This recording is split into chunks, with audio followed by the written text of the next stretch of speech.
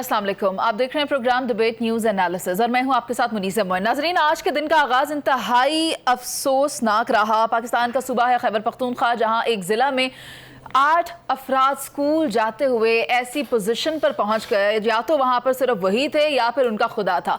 और इस सिचुएशन से उनको निकालने के लिए वो तमाम इदारे जो उसमें मुलव्वस रहे वो काबिल तहसीन हैं। और हम उम्मीद कर सकते हैं, हम उम्मीद ही बांधे हुए हैं कि ये ऑपरेशन कामयाब रहे और वो बच्चे, वो अफराद, वो अपने घर सेहत के साथ पहुंच जाएं, हिफाजत के साथ पहुंच जाएं। इसके अलावा आज के प्रोग्राम में हम बात करेंगे सदर पाकिस्तान की, जिनकी मुश्किलात में इजाफा हो चुका है। सिचुएशन ऐसी है कि सेक्रेटरी वर्सेस प्रेसिडेंट इस वक्त हम देख रहे हैं। और जो हुमैरा अहमद साहिबा हैं, उन्होंने सदर के प्रिंसिपल सेक्रेटरी बनने से इनकार कर दिया है। इसकी वजूहात क्या हैं उस पर भी बात करेंगे। जहां मुल्क में इतने बहरान पैदा हो गए हैं, पहले पेट्रोल की कीमतों में इजाफा देखने में आया, अब बिजली की कीमतें बढ़ने का इम्कान जाहिर किया जा रहा है। लेकिन ये पूरी सूरत हाल है क्या, इस पर बात करेंगे। पैनल में मेरे साथ सलीम बुखारी साहब, पीजे मीर सर और नवीद चौधरी साहब मौजूद हैं। तो गुफ्तगू का आगाज़ मैं बुखारी साहब आपसे करूंगी। आप मुझे ये बताएं कि ये कोई पहली दफ़ा तो नहीं है कि बच्चे स्कूल जा रहे थे, everybody was aware of it. तो हुआ क्या, इसका जिम्मेदार कौन है, इसका क्रेडिट हम किसको देंगे या इसका जिम्मेदार किसको ठहराएंगे? पहली बात तो ये है, बहुत शुक्रिया आपका। इसके ज़िम्मेदार वो अथॉरिटीज़ हैं जिन्होंने बगैर किसी NOC के, बगैर किसी बैकअप सपोर्ट के एक इस तरह की जो चेयर लिफ्ट है उसको चलाने की इजाज़त दी। ये सिर्फ वहाँ नहीं है, ये बहुत जगहों पर ऐसा है और बहुत सारे सानेहात हम देख चुके हैं। अगर आपको याद हो, यही वो लोअर टोपा में लिफ्ट के ऊपर हुआ था, अच्छी तरह से आपको याद होगा। उस वक्त भी बहुत सारे लोग फंस गए थे। इसी तरह से ये अयूबिया में हो चुका है, ये पहली दफ़ा नहीं है। मगर अयूबिया लोअर टोपा वाली लिफ्ट जो है वो बाकायदा किसी ऑर्गेनाइजेशन के तहत, बाकायदा NOC के तहत है। लेकिन ये जो है ये लोकल अरेंजमेंट है और इसकी कोई बैकअप सपोर्ट नहीं। कोई हादसा, अगर खुदा न खास्ता कोई इमरजेंसी हो जाए तो उसका फिर यही हाल है कि वहाँ पर फ़ौज को पहुँचना पड़ता है। फ़ौज को हमारे पास बेपनाह जवाज़ होते हैं उनको क्रिटिसाइज़ करने के लिए, लेकिन वो काम जो वो करते हैं वो ना किसी में हिम्मत है और ना किसी में इतना बड़ा शेर का दिल है कि अपनी जान को ख़तरे में डाल के दूसरों की जानें बचाई जाएं। वो चाहे ज़लज़ला है, आपने देख लिया 2008 में, 2005 में ज़लज़ले आए थे, क्या हुआ, जो सैलाब 2010 में, 2021 में और अब जो आया हुआ है, इसमें देखने रोल जो है पुलिस आर्मी का। तो वो अपनी जानों पे खेल के लोगों की जानें बचाते हैं। यही हम सुबह से देख रहे हैं कि उन बच्चों तक पहुँचने की जो कोशिश है, जिसमें अल्टीमेटली फिर 4 हेलीकॉप्टर इन्वॉल्व हुए, जिन्होंने, कुछ चैनल्स कह रहे हैं कि 3 बच्चों को बचा लिया है, कुछ कह रहे हैं 2 को, लेकिन यानी उनको रेस्क्यू करने का सिलसिला, उसमें कामयाबी का आगाज़ हो गया हुआ है। और अब एक और केबल के ज़रिए जो कमांडोज़ हैं वो वहाँ तक पहुँचने की कोशिश कर रहे हैं ताकि एक एक बंदे को अपने साथ वो वापस ला सकें। हम तवक्को करते हैं और हमें उम्मीद है कि इंशाल्लाह ये रात के किसी भी पहर में ये ऑपरेशन मुकम्मल हो जाएगा और सब लोग जो हैं ऊपर से ज़िंदा सलामत जो है वो नीचे पहुँच जाएंगे। हाँ, जो गुजर रही होगी इस वक्त उन बच्चों के माँ बाप के ऊपर जो नीचे खड़े उन्हें हवा में मुअल्लक देख रहे हैं, उसके लिए आपको या बाप का दिल चाहिए या माँ की ममता चाहिए टू फील कि वो कैसा लगता है और कैसा होता है। बहरहाल ये मौका है कि हम एक मरतबा फिर जो पाक फ़ौज है उसका जो ऑपरेशन है, जो SSGs हैं जिन्होंने अपनी जानों पर रिस्क लेके इसको कामयाब बनाया है, अल्लाह करे कि वो फ़ाइनल कामयाबी तक पहुँच जाए और लोगों की जानें जो है वो बच सकें। सर, हम अफवाज पाकिस्तान को तो इसका क्रेडिट देते हैं, तमाम इदारों को भी देते हैं, लेकिन उसके बावजूद जो बच्चे ऊपर मौजूद हैं उनके भी एहसासात हैं। खौफ की उस कैफियत में ट्रॉमा में हवा में मुअल्लिक रहना कोई आसान बात तो नहीं है, क्योंकि सबसे पहले रिपोर्ट तो यही हुई थी कि एक बच्चा बेहोश हो गया था। नवीद चौधरी साहब, आप मुझे ये बताएं कि गैर रवायती तरीके से बच्चे स्कूल जाते रहे, जिम्मेदार कौन है? क्या उसको अभी तक पकड़ के किसी ने हवालात के पीछे बंद किया या उससे इन्वेस्टिगेशन किया है कि भाई यहाँ पर होता क्या रहा, इंतजामिया किधर थी? देखिए, यही सबसे अहम नुकता है कि इस हवाले से कोई रेगुलेशंस हैं। अच्छा, उसके बाद हमने देखना यह है कि एक मुद्दत हो गई, किसी भी मुल्क की जो तरक्की का दारोमदार है वो ज़राए आमदोरफ्त पर होता है, सड़कों पर होता है, पुलों पर होता है। जो लोग इससे इख्तलाफ करते हैं उनको सीधा पागल खाने भेजना चाहिए। सारी चीज़ ही जो है वो रास्ते हैं और ज़राए आमदोरफ्त हैं। यहाँ 2 देहात के दरमियान जो फासला है, अगर उसको पैदल तय किया जाए तो 2 घंटे लगते हैं। ये जो डोली, वहाँ डोली कहते हैं इस लिफ्ट को, मैं वजाहत करता चलूँ, इस पे आप बैठ जाएं तो 4 मिनट के अंदर आप मंज़िल मकसूद पे आते हैं। ये बड़ी देर से सिलसिला चल रहा है। अच्छा, अब वहाँ पर ज़ाहिर है डिस्ट्रिक्ट एडमिनिस्ट्रेशन भी मौजूद है, तहसील सतह की जो एडमिनिस्ट्रेशन है वो भी मौजूद है। वहाँ उन्होंने देखना होता है कि ये जो इंतज़ाम चल रहा है आया ये महफूज भी है, ये उनकी ज़िम्मेदारी है, ये कोई आसान नहीं है हम पर। तो इस हवाले से कवानीन तो वहाँ बनाए गए हैं और डिप्टी कमिश्नर से इजाज़त लेनी पड़ती है कि हम ये सिलसिला शुरू कर रहे हैं तो क्या इसकी इजाज़त होगी। मुकामी लोग ही फिर इसको तैयार करते हैं। अब हमारे यहाँ मुकामी लोगों की स्किल क्या है, ये भी अपनी जगह सवालिया निशान है। जिसने जाना है दूसरी जगह वो तो चाहेगा कि मैं जल्द से जल्द मंज़िल मकसूद पर पहुँच जाऊँ, और वो इसको महफूज भी ख्याल करता था। लेकिन आप देखें कि कितना खौफनाक पहलू है कि इसका कोई बैकअप ही नहीं है। तो डीसी साहब ने या जो ज़िले हुकाम है या तहसील के हुकाम है, उन्होंने क्या सोचकर इनको NOC दिया, अगर दिया हुआ है तो, अगर नहीं दिया तो ये इससे ज़्यादा खतरनाक, ये इससे ज़्यादा खतरनाक है। अच्छा, अब यहाँ बहुत सारी हुकूमतें नहीं हैं, मैं किसी एक को मुर्तज़ा में ठहराना चाहता, लेकिन वो जो कह रहे थे कि हमने तमीर व तरक्की की जो नई मनाजिल तय कर दी, मॉडल सूबा बना दिया, मॉडल सूबा बना दिया है। तो भाई जहाँ आना जाना इस कदर मुश्किल हो कि इंसानी जान से बड़ी तो कोई कीमत नहीं, कोई चीज़ नहीं है ना। अब अगर इंसानी जान दाव पर लग जाए तो पीछे क्या बाकी रह गया। ये आज हमने देखा है कि बहुत बड़ा ये लैप्स हमारे सामने आया है। फिर पाकिस्तान की सिक्योरिटी फोर्सेस ने जिस तरह से रेस्क्यू किया वो बहुत इंपॉर्टेंट बात थी। जाहिर है कि वो आए, हेलीकॉप्टर्स आए, कमांडोज आए, उन्होंने देखा, तबसरे मनफी शुरू हो गए। यानी कि आप अलमिया देखें कि किस तरह की हमारी जहनीत है। इन लोगों को इल्म है कि जब पहाड़ी इलाके के अंदर हेलीकॉप्टर जाता है तो कैसे परवाज़ करता है, सही। पहाड़ी इलाकों के दरमियान हवा का दबाव क्या होता है, किस तरीके से उसने वहाँ रुकना है, कौन सी टेक्नोलॉजी है, किसी ने परवाह की। मनफी बातें जो सामने आ रही हैं, मैं इंपॉर्टेंट बात करने लगा हूँ, इसमें हमारा भी एक कसूर है ना मीडिया का। हमने इस पर हजान भी पैदा किया। सोशल मीडिया पे तो जो ऊट पटांग चीज़ें चली तो चली, हमने भी हजान पैदा किया। ऐसे मौके पर हमेशा वो काम नहीं करना चाहिए जो एक मरतबा हो गया था कि मेन स्ट्रीम मीडिया इस हद तक उतर आया कि पानी से गाड़ी चलाने वाला बंदा जो है वो भी स्क्रीन पे आ गया, उसने दावा किया मैं पानी से गाड़ी चलाऊंगा। तो इस तरह का मामला नहीं होता, हर बंदे को एक्सपर्ट भी नहीं बनना चाहिए। ठीक है, कौम की धार बनाएं और खबरों तक रहें। यानी आप ये कह रहे हैं कि अगर ये जो एयर ऑपरेशन है इसको रोक दिया गया है तो इस पर तनकीद नहीं करनी चाहिए। ठीक है, उसके और कुछ सर्कमस्टेंसेस हो सकते हैं, लेकिन पीजे मीर सर आप इस सिचुएशन को कैसे देख रहे हैं? देखें, डिज़ास्टर्स दुनिया में आते हैं, आते रहेंगे। अर्थक्वेक्स आते हैं, फ्लड्स आते हैं, साइक्लोन्स आते हैं, हर चीज़ ये होती रहती है। लेकिन हम एज ए नेशन हम है रिएक्टिव। हम अब बात करते हैं जब कोई डिज़ास्टर हो जाता है। अभी बुखारी साहब ने, चौधरी साहब ने बात की है, क्या इनके पास प्लानिंग परमिशन थी, क्या इनके पास सेफ्टी एंड हेल्थ स्टैंडर्ड्स थे कि जो उन्होंने रखे हैं। ये ट्रांसपोर्टेशन लिफ्ट थी जो बुखारी साहब ने पहले बात की, वो चेयर लिफ्ट है for recreational purposes, for skiing. उसके बाद आप माउंटेन के नीचे आते हैं। लेकिन हम क्या करते हैं, हम बिल्डिंग्स बना लेते हैं। कराची में आपने देखा वो नाले के ऊपर बिल्डिंग है, वो फट गई नीचे से, किसी ने कोई प्लानिंग कोई नहीं की, and you know that happened. बिल्कुल सही कहा बुखारी साहब ने और चौधरी साहब ने। देखें, we have to give credit where it's due. जो भी डिज़ास्टर होता है, हमारा आर्म फोर्सेस आती हैं and they are qualified to work with it. कोई भी हो, अर्थक्वेक के अंदर हमने 2006 में देखा, हमने हर चीज़ देखी। लेकिन हमारा एक फेलियर है। आप कहेंगे फेलियर क्या है? आपका सिविल डिफेंस कोई नहीं, आपके पास कौमी रज़ाकार्स होते थे, वो कोई नहीं है। अब ये क्यों नहीं है? बिकॉज हम डिज़ास्टर को एक्सेप्ट करते हैं जब वो आ जाता है।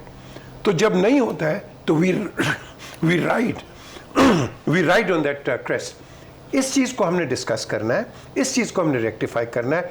आज भी इंटरिम गवर्नमेंट है, prime minister should take notice of it, interior minister and minister for home affairs, कि भाई आप सिविल डिफेंस को तकड़ा करो। मैं तो कितनी देर का बात कर रहा हूँ, इतनी देर का बात कर रहा हूँ। हमारे ऑफिसर्स इंग्लैंड जाके ट्रेनिंग लेके आते थे 1950s के अंदर, from England, from Tynemouth Castle, from Scotland and from London. आज क्यों नहीं है? बिकॉज हमने इंटरेस्ट ही नहीं शो किया एज ए नेशन, हमने ये बात ही नहीं की। एक और चीज़ आती है कि ये जो रेगुलेशंस हैं बिल्डिंग्स की, कल अर्थक्वेक कोई आ जाए, आपने मरगला टावर्स का देख लिया क्या हुआ, वो बंदा ही भाग गया। आपने कई और चीज़ें देखी, ये तो आपके सामने। अब हम इसकी बात कर रहे हैं बिकॉज ये आपके सामने आया है। हम बच्चों की बात कर रहे हैं, हर चीज़ की। और भाई आप सेफ्टी एंड हेल्थ स्टैंडर्ड्स किधर है पाकिस्तान में? कहाँ है? स्मोक जा रहा है, एमिशंस जा रही हैं, आप आपके एनवायरनमेंट का बड़ा गर्क हो रहा है, but nobody is talking about it. जब ख़त्म हो जाएगी ये आपके फ्लड्स यहाँ क्यों आ रहे हैं? बिकॉज आपकी इन्वायरमेंट इस तरह है कि आप दो चीज़ों से फीड होते हैं, बारिश से और ग्लेशियल फेड वाटर। आपके ग्लेशियर्स मेल्ट हो रहे हैं, what are you going to do about it? तो हमने इसको लॉन्ग टर्म में देखना है, हम शॉर्ट टर्म में हाँ जी ये हुआ वो नहीं हुआ सुबह से लगे में। नंबर वन, यही अगर आपने सिविल डिफेंस ट्रेन की होती पहले तो they would have been capable of doing it. हम कभी भी किसी चीज़ को अप्रिशिएट नहीं करते। मैंने आज देखा कई सोशल मीडिया पे फौज को तनकीद करें, और यार अहम को they are doing their best for the country and you people have nothing to do except criticize the army. Sir लेकिन बात ये है कि ये काम बुनियादी तौर इदारों का है ना, वो इदारे कहाँ हैं? इन इदारों की स्टैंडिंग क्या है? क्या इन्हें बंद कर दिया जाए? हमारे पास NDMA है, हमारे पास प्रोविंशियल डिजास्टर मैनेजमेंट अथॉरिटी है, इनका क्या काम है? इनका क्या करना? हमने तो देखा कि जब सैलाब भी आया तब भी उसकी तैयारियां कोई नहीं की गई थी, और अभी भी मॉडल सूबा बनाने वालों ने वहां पर क्या किया? कोई तैयारी नहीं थी जो हम देख रहे हैं। Don't blame one person. नहीं Blame सर, the हम तो entire किसी system. एक को ब्लेम कर ही नहीं रहे, हम तो जिनका दौरानिया पूरा हो गया लास्ट उन्हीं की बात कर लेते हैं। उन्होंने क्या किया, उसके बाद आने वालों से तो उनके बाद का सवाल करेंगे। अभी एक ब्रेक पर चलते हैं, बात करेंगे कि पाकिस्तान तहरीक इंसाफ एक मामला लेकर सुप्रीम कोर्ट में गई है, वो क्या है आप जानने के लिए साथ रहिए।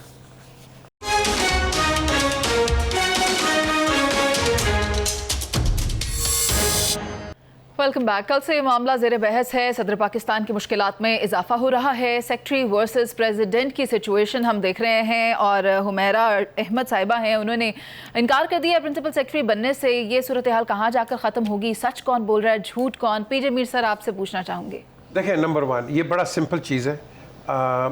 हमने इसको बड़ी तरफ एक्सप्लेन भी किया हुआ है। 75 आप जो जिसने पढ़ना है कॉन्स्टिट्यूशन का 75 पढ़ लें आप। अब बात आती है कि प्रेसिडेंट साइन करें ना करें, वो लॉ उसने बन जाना था।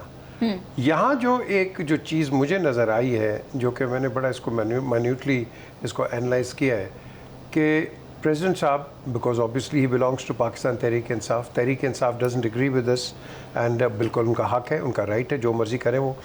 तो उन्होंने अपनी फेस सेविंग के लिए कहा है कि मैंने साइन नहीं किए। तो अगर प्रेसिडेंट साहब साइन ना भी करते वो हो जाना था, लेकिन he just wanted to clarify कि मेरे सिग्नेचर्स के बगैर गया है। In other words, excuse me but I did not. Double play है ये? नहीं, डबल प्ले नहीं है। It's something he is justifying to his chairman of the party.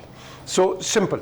I mean, इसको आप don't look at it as an intrigue और इस किस्म की कोई चीज़। ये बड़ा सिंपल चीज़ है। सर, कहने वाले तो कह रहे हैं पिच के दोनों तरफ से खेल। नहीं जी, पिच के कोई इसमें दोनों तरफ की बात नहीं है। आप अगर कानून पढ़ेंगे 75A, प्रेसिडेंट साहब के पास पहली दफ़ा आएगा, 10 दिन होगा, उसके बाद उन्होंने रिटर्न करना है, फिर नहीं होगा, वो जैसे मर्जी उनकी पार्लियामेंट की, वो फिर आपको भेजेंगे। आपने साइन किए ना किए, उन्होंने उसको कानून, it will be deemed to have been made into a law. So that is the end of the story as far as the law is concerned. Now, saying कि उनकी वायलेशन हुई है, उनके ऑर्डर्स को डिसोबे किया है, तो मैंने कल भी पहले भी कहा है कि आप एक इंक्वायरी अंदर बिठाएं, and I've quoted Rana Sanalla, very sensible, discreet inquiry करें, don't make a public spectacle, उसकी इंक्वायरी करके, and then if you want to bring it in front, great, because आपका the highest office cannot be compromised by a president saying कि मेरे orders खराब हुए। देखिए, याद रखें, chief of the army staff का कोई ऑर्डर डिसोबे करेगा वो कोर्ट मार्शल होता है, याद रखें आप, ठीक है? तो प्रेसिडेंट का अगर ऑर्डर यहाँ हो रहा है तो आप मुझे बताएं कि what is the punishment for that. So इसके अंदर I think rather the secretary जो भी वकार हैं या जो जिनको नया नाम आया है, I think they should be given a shut up call, because they are not to be there. आप इंक्वायरी करवा दें, एंड उसके बाद अब वहाँ से जवाब आ रहा है प्रेसिडेंट के ऑफ पाकिस्तान के खिलाफ ये बात हो रही है। President could be anybody. It is the office of the president which needs to be addressed, not the gentleman here sitting in the president. हमने ऑफिस की sanctity को ऑब्जर्व करना है पाकिस्तान में, not the president. So I think इस चीज़ को जितना हम संजीदगी से और intelligently इसको हम resolve कर ले, that is good for the state, that is good for all political parties, and that is good for the country. Salim Bukhari साहब, पाकिस्तान तहरीक इंसाफ ये मामला लेकर सुप्रीम कोर्ट में चले गई है, तो अब आपको क्या लगता है, अगर इस पर फैसला आ जाता है या पाकिस्तान तहरीक इंसाफ के फेवर में आता है, तो फिर जिसको सज़ा मिलनी है उसको माफ़ी मिल जाएगी? देखिए, पहली बात तो यह है कि हक़ाइक़ से नहीं हटना चाहिए, हमें हक़ाइक़ को सामने रख के बात करनी चाहिए।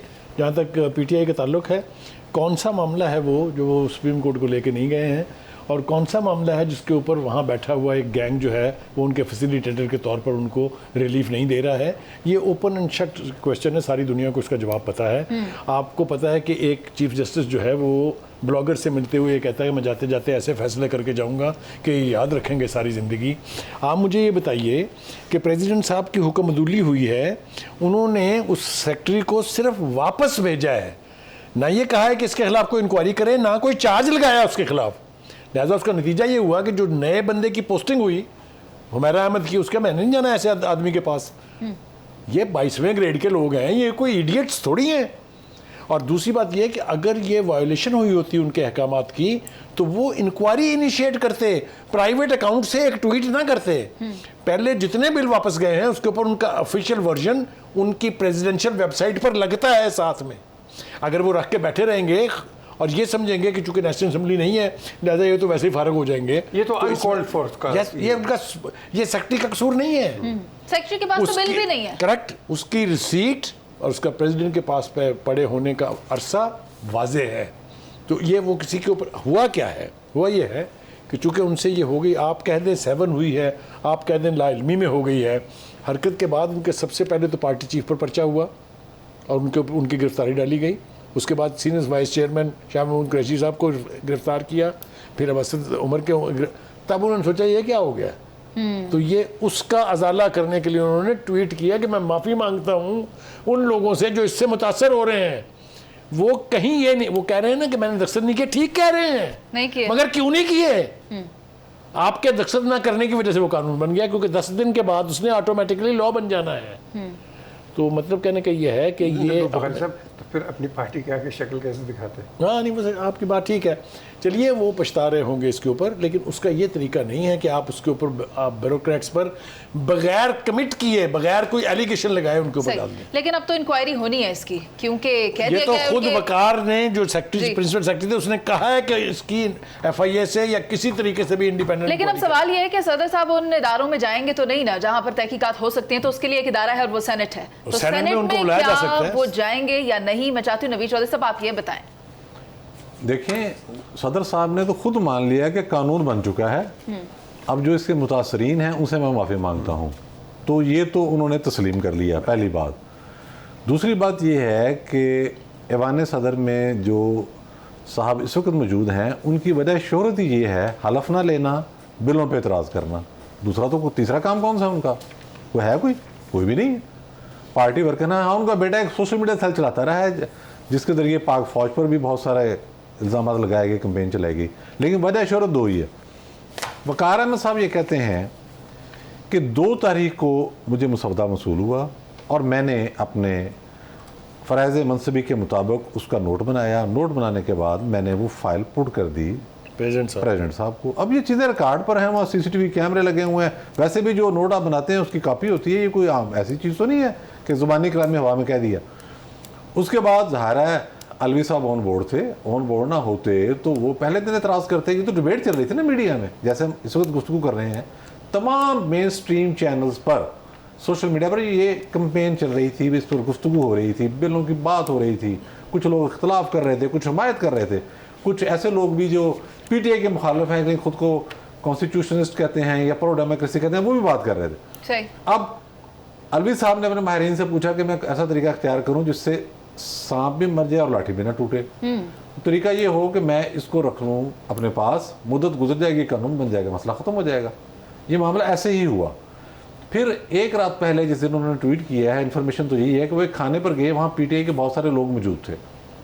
इन्होंने कहना यही था कि भाई मैंने तो साइन नहीं किए, अपने आप बन गया। जैसे आपको याद होगा कि पंजाब असम्बली में बलीगुर रहमान साहब ने कहा था कि मैं नहीं साइन करूँगा, असम्बली तोड़ने का इल्ज़ाम में सर नहीं लूँगा। जब परवेज़ अली साहब ने असम्बली भेजी, मुद्दत पूरी होगी तो टूट जाएगी, उसके बाद देखेंगे।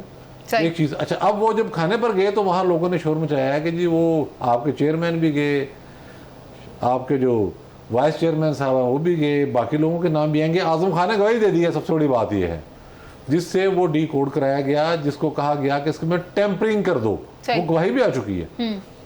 अब मामला ये था कि इन्होंने कहा ये तो सारे के सारे फंस रहे हैं, तो इन्होंने मुनासिब समझा कि अब मैं एक ट्वीट भी कर दूं सारा, हालांकि सब प्लान था। तो फिर इन्होंने जल्दी में, इन्होंने बजाय इसके ख़त लिखते या कुछ और करते, ख़त लिखना तो बेकार प्रैक्टिस थी, सही। इन्होंने वो एक ट्वीट कर दी।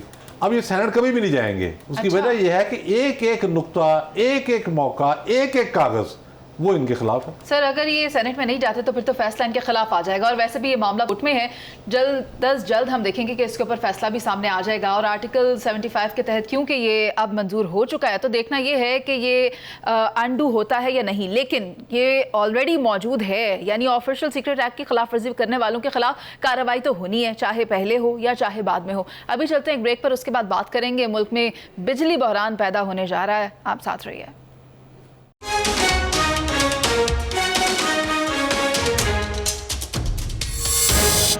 Welcome back. अहलियान पाकिस्तान खा वो कराची से हों या कश्मीर तक की अगर हम बात करें, सभी सरापा एहतजाज हैं क्योंकि बिजली महंगी होने का इम्कान जाहिर किया जा रहा है।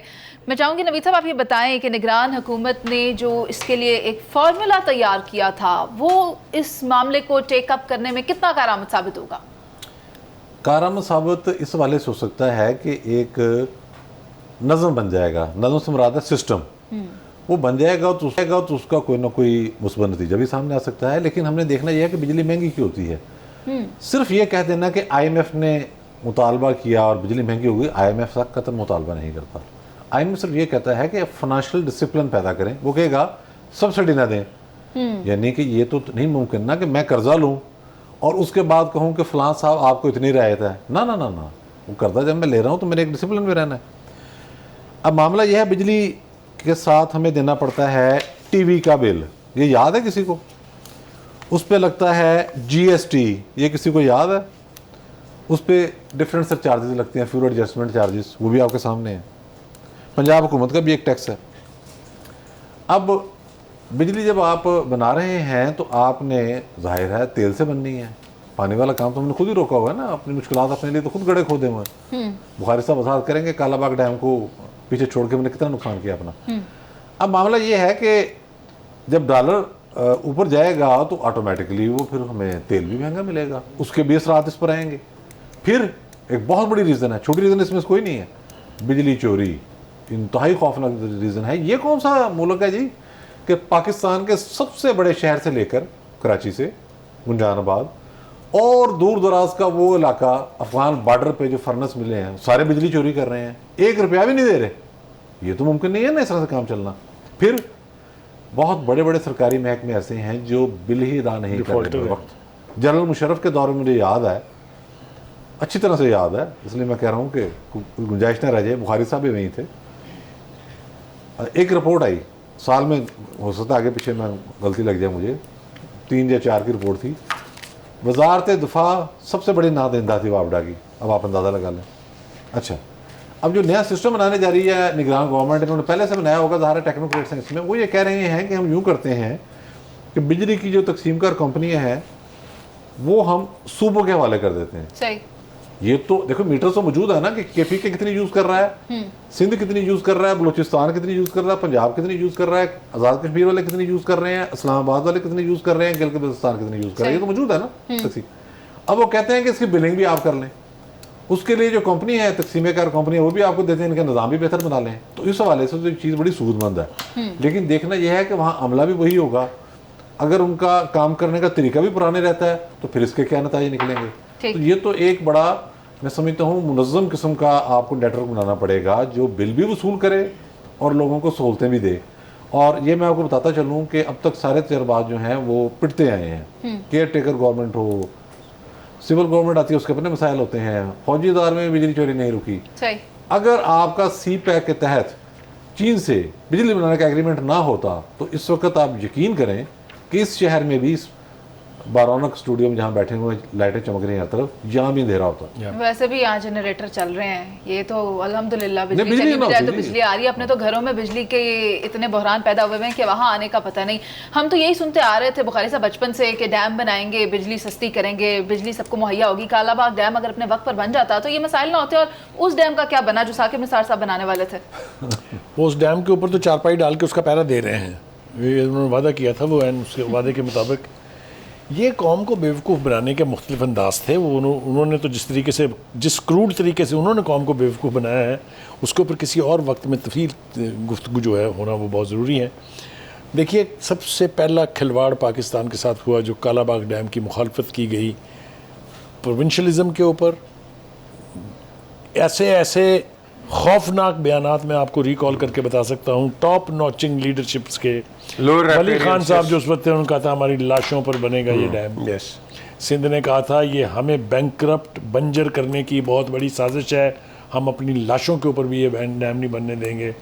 सबसे ज़्यादा खौफनाक तरीके से सफ़र भी ये दोनों सूबे कर रहे हैं, ठीक है। उसके बाद असल बात यह है कि जो कंडीशनैलिटीज़ हमने मानी हैं, जो हमारी मजबूरी थी, कोई हमने किसी ने हम पर एहसान नहीं किया है, वो है IMF के साथ जो हमारा मुआहदा हुआ है। इसके तहत उन्होंने हमें कंडीशंस नहीं बताई हैं, उन्होंने बताया कि ये इलाके हैं जहाँ से आप रिकवरी कर सकते हैं, हमें तो अपने पैसों की गारंटी चाहिए कि वो वापस मिलेंगे कि नहीं। ये तो आगे इनकी डिस्क्रिप्शन है कि किस सेक्टर को कितना टैक्स करना है। तो आप IMF पर, जैसा कि चौधरी साहब ने कहा, बिल्कुल ठीक कहा, बराह रास्त इल्ज़ाम नहीं धर सकते। उन्होंने तो कहा ये हम पैसे आपको देंगे, हमें इसकी गारंटी चाहिए कि वापस कैसे आएंगे। Exactly. तो या आप टैक्सेशन करें या ये तरीके हैं उसके। तो इसलिए एक बात तो ये, मुझे जिस बात का डर है वो ये है कि जो इस वक्त मैं इशारे देख रहा हूँ, दैट्स द राइट टर्म, वो बड़े खौफनाक है। अवाम क्या बाहर निकल आना और कानून को अपने हाथ में लेने की 2-3 मिसालें माजी में मौजूद हैं। एक मिसाल नवाज शरीफ साहब के दौर में थी जब लोगों ने वापडा के दफातर को आग लगा दी थी, अगर आपको याद हो। दूसरी मिसाल परवेज़ मुशर्रफ के दौर की है, इसी तरह की गुजर खान और कराची में जो वाक़यात हुए थे। मैं डराना चाहता हूँ इस हुकूमत को। हुकूमत है, निगरान और इलेक्टेड गवर्नमेंट की कोई तमीज़ नहीं होती। निगरान भी रियासत चला रहे हैं, इलेक्टेड भी रियासत चलाते हैं। तो ये नहीं कहा जा सकता कि ये जो कीमत बढ़ा रहे हैं इसकी जिम्मेदारी भी आने वाली इलेक्टेड गवर्नमेंट पर होगी। ये नहीं होता कभी। जो हुकूमत है उसकी जिम्मेदारी है कि वो आवाम को रिलीफ इंश्योर करे, अगर वो नहीं कर रही इट्स ए फेलियर। दूसरी बात यह है कि ये इजी वे है पैसे इकट्ठे करने का, आसान तरीका ये है, जिस तरह अभी नवीद चौधरी साहब कह रहे थे, रेडियो टैक्स आप वहाँ से ले रहे हैं, सलाब टैक्स आप वहाँ से ले रहे हैं, वो फलां प्रमोशन टैक्स आप वहाँ से ले रहे हैं। आप ज़रा बिल की हालत तो देखें, मुंह चढ़ा रहा होता है आपका जब आप उसको अपने सामने रखते हैं। एक्साइज टैक्स अलहदा है, सुपर टैक्स अलहदा है, विद होल्डिंग टैक्स एक है, वो तमाशा बना हुआ। वो बड़े लोग जो हैं, जो बड़े बड़े कारखानों के मालिक हैं, जो बड़े जागीरदार हैं, दे कैन अफोर्ड इट, उनके लिए इट्स पीनट्स। लेकिन जो सैलरीड क्लास है, जो हम आप हैं, हमारे लिए दिस इज टू मच। हमारे तो बिजली नहीं आती, बिल आते हैं। करेक्ट। और ये सूरत हाल जो है, इसको खतरनाक होने से पहले बचाना जरूरी है। The government should react in time. Sir, खतरनाक होने जिस तरह हम अब सुन रहे हैं कि मस्जिदों से ऐलान हो रहे हैं, Exactly, बिल जलाए जा रहे हैं। एक हमाकत तो की थी ना 2014 के धरने में उन्होंने कि बिल जला दिया था, सिविल डिसोबीडियंस की कॉल भी दे दी थी और खुद अपना बिल जो है बाद में पैसे दे के बिल भी जमा कराया और पैसे दे के मीटर लगवा दिया। सर, रावलपिंडी में लोग बाहर निकल आए हैं, एहतजाज कर रहे हैं, और जैसा कि आप जिस तरफ इशारा कर रहे हैं वो आज़ाद कश्मीर है, जहाँ मसाजिद में ऐलान हो रहा है कि भाई हम ये बिल नहीं अदा कर सकते, हम इसके खिलाफ एहतजाज करेंगे। तो पीजे सर, आप ये सिचुएशन किस तरह देख रहे हैं? हालात तो ख़राब हो चुके हैं। देखें, ये हमारा फेलियर है, ऑल अराउंड फेलियर। आप किसी एक को ब्लेम नहीं करेंगे, ये ऑल अराउंड फेलियर है जिसके हम सारे शिकार हो जाते हैं। आपको बुखारी साहब ने एग्जांपल्स दे दिए। ये सब ये नहीं है कि एक गवर्नमेंट, हम सारे, बिकॉज हमने एक अपना जो नेशनल प्लान है, national action plan, particularly as far as electricity is concerned, उस पर हमने कोई तवज्जो दी नहीं है। हम कहते हैं धक्केशाही से चलाई जाओ और ना देने पर तैयार है, और ना देने को तैयार है। और आज आप देखो वो कांटा सिस्टम अभी भी ऑपरेशनल है। ये लेस्को, ये फेस्को वेस्को, ये क्या कर रहे हैं? बिल्कुल। ये क्या कर रहे हैं? कुछ भी नहीं कर रहे। हमारी इतनी पिलफ्रेज है इलेक्ट्रिसिटी की, आप अंदाज़ा नहीं लगा रहे। अच्छा, आप मॉडर्नाइज नहीं कर रहे क्योंकि खंबा is more accessible for corruption. आप अंडरग्राउंड नहीं जा रहे क्योंकि underground is little bit difficult. So ये जो हमारे लकूनाज हैं, इसको आप कैसे ठीक करोगे? अब क्वेश्चन आती है कि IMF जब आपको कहती है, जिस तरह आपको एक्सप्लेन किया नवीद चौधरी साहब ने, देखो वो बैंक है, वो कोई ऐसी चीज़ नहीं है, वो बैंक है। बैंक आपको पैसे देगा, बैंक कहता है तुम मुझे वापस दो, आपने देने। और ये ऐसा बैंक है कि इंटरनेशनल मॉनेटरी फंड है जिसमें सारे ममालिक इसमें शामिल होते हैं, हम भी होते हैं। जब हम निकलते हैं हम भी कंट्रीब्यूट करते हैं इनको। तो फिर जब हम प्रॉब्लम में आते हैं वो हमें हेल्प करते हैं या बाकी मुल्कों को करते हैं। लेकिन हमने अपने सिस्टम को, हर चीज़ को पोलिटिसाइज कर दिया है। हम स्टेबलाइजेशन पे नहीं जाते, डेवलपमेंट पे चले जाते हैं। डेवलपमेंट में जब आप जाते हैं तो डेवलपमेंट पे अंदर you are not in a position to repay your loans. आपने सबसे पहले टैक्स बेस को बढ़ाना है, उसको जब आप बढ़ाओगे आप वहां से पैसा लेके आओगे, हम चीखे मारेंगे। हम चीखे मार रहे हैं ना आज कि बिजली बढ़ गई, बिजली अल्लाह के फजल से आगे और बढ़ेगी। और जब बढ़ेगी, यहां मैं कहूंगा जो हमने बात की टैक्स हम देते हैं ना, तो जो आपके एम्प्लॉयर्स हैं कहीं भी हो, कोई भी हो, आपको सब्सिडी या आपको एक कोरम दें, कोरम का इंजेक्शन दें, क्योंकि जब ये देंगे आप सरवाइव कर सकेंगे। नहीं देंगे, जो सबसे बड़ी बीमारी है जिसको हम सुबह से लेकर शाम तक रोते हैं, आपकी करप्शन राइफ हो जाएगी, क्योंकि आपके ऑफिशियल्स ने भी जिंदा रहना है, आपके लोगों ने भी जो काम कर रहे हैं उन्होंने भी जिंदा रहना है, उन्होंने बच्चों को भी पढ़ाना है, मुल्क को भी आगे चलाना है, घरों को भी। जरूरियात है उसी तरह जिस तरह बिजली भी है, लेकिन हमें होगा कि निगरान हुकूमत इस इशू को कैसे टेकअप करती है। क्या जो लोग मुफ्त बिजली हासिल कर रहे हैं उनके लिए ये सहूलत को बंद किया जाएगा? क्या जो लाइन लॉसेज हैं उन पर काबू पाया जाएगा? हम तो उम्मीद ही कर सकते हैं इसके लिए, लेकिन अभी मुझे ये कहना है कि हम सब जो हैं वो दुआगो हैं उन बच्चों के लिए जो इस वक्त बटरग्राम में मौजूद हैं, जिनके लिए ऑपरेशन किया जा रहा है ताकि वो बहिफाजत अपने घर पहुंच जाएं। और इसी दुआ के साथ आपसे इजाज़त, प्रोग्राम का वक्त ख़त्म हो गया है। अल्लाह ने के बाद।